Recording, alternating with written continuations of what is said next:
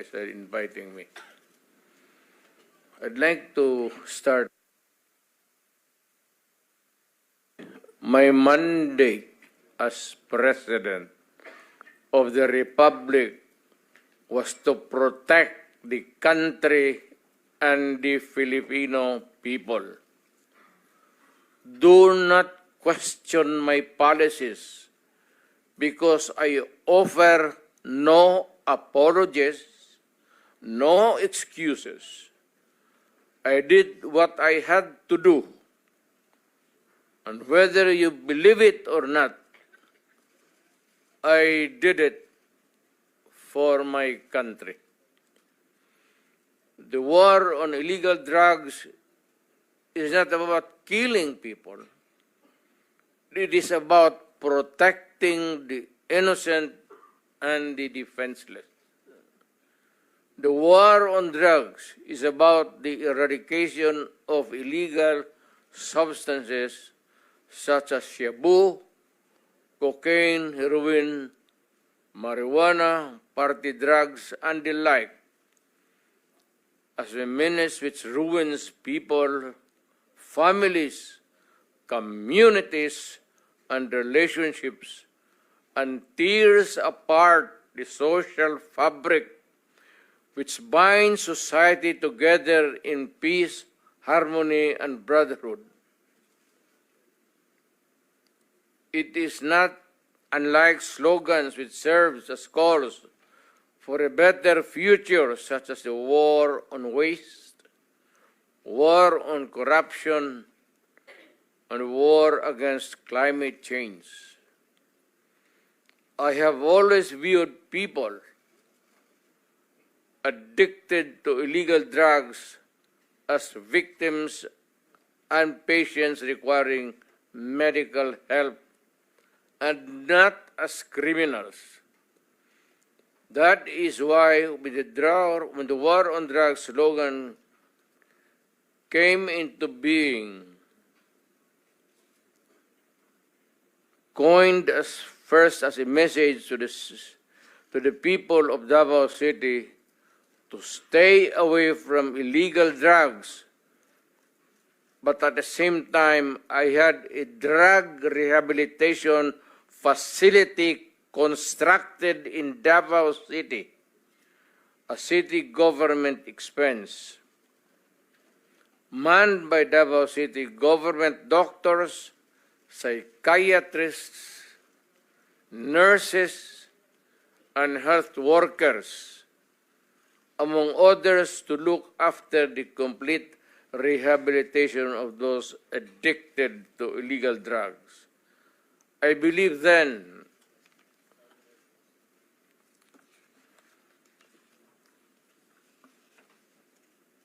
and I still believe now that rehabilitation and not fear of death or incarceration to be the key to the return of the addicted individuals back to the mainstream of a just and forgiving society.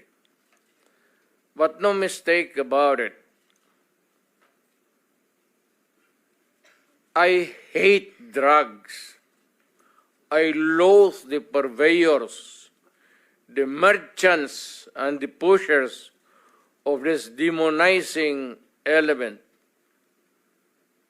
I have not failed to emphasize this from the very day of the campaign when I ran for the presidency in 2016. This was my covenant with the Filipinos who believed in me. And to this day, must still agree with what in government have achieved. It is unfortunate that drug-related crimes are on the rise again. Every day you can read about children being raped, people getting killed and robbed. And just recently, a drug den was raided within the Malacañang complex. This clearly manifests that the purveyors of this menace are back in business.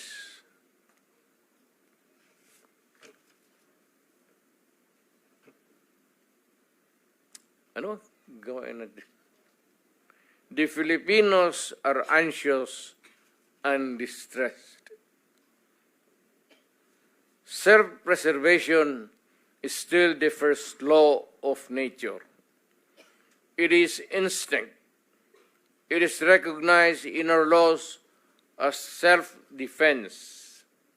That is why I have always told the police authorities and operatives to be mindful of this basic law of nature. However, I tell them not to abuse their authority and power, and hindi ko talaga pinayagan yung abuso ng pulis o sundalo kailanman sa buong buhay ko and as mayor for so many years and as president, in the guise of protecting themselves. But when your very life is placed at risk and it can be snuffed out in a matter of seconds, then and only then must you act accordingly. Repel the aggression only in self-defense. Alam mo, matagal ako nagturo sa aming bayan sa Police Academy. When I was a prosecutor, to augment my income noon bago akong kasal, nagturo ako sa police.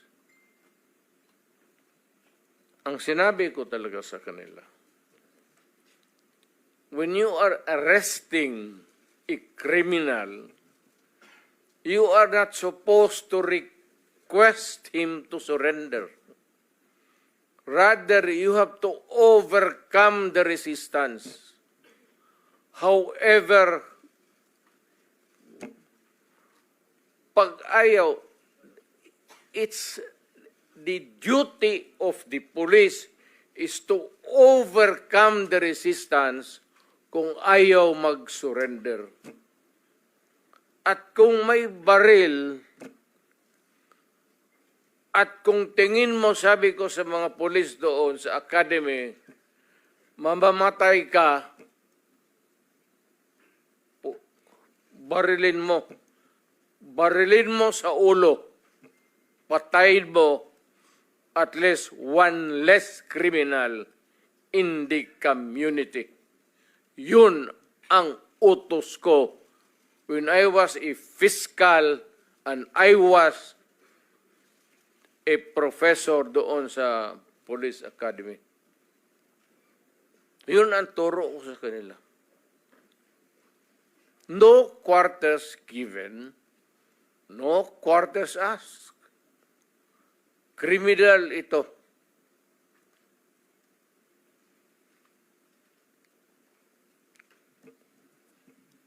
Repel the aggression only in self-defense. Do not make orphans of your children and widows of your wives. I don't want that in my conscience as mayor and president. Hindi ko mabigat yan sa konsensya ko. I have warned, but before that, my job as president was never easy, and it was not meant to be. I have tried to do the best I can to address the problem of illegal drugs firmly and without compromise. For all of its successes and shortcomings, I and I alone take full legal responsibility. Sa lahat na nagawa ng mga pulis, pursuant to my order, ako ang managot. At ako ang makulong, wag yung polis na sumunod sa order ko. Kawawa naman, nagtatrabaho lang.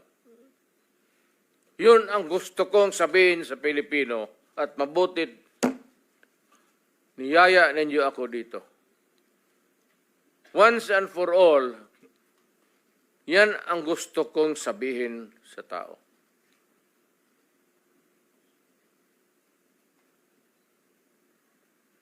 I have warned all of you as your president then and as a private citizen now. Drugs will destroy the Filipino. It will destroy my country. And I will never allow it. Baski ako empleyado sa gobyerno o private citizen, I will do what is necessary to protect my country, my community, at yung mga anak natin. This is a matter of principle. At papagkamatayan ko yan. Maraming salamat. I'm ready to answer your question. Thank you, Mr. President. But now I think it's better to hear victim families, and then we'll open the floor for questioning and discussion. So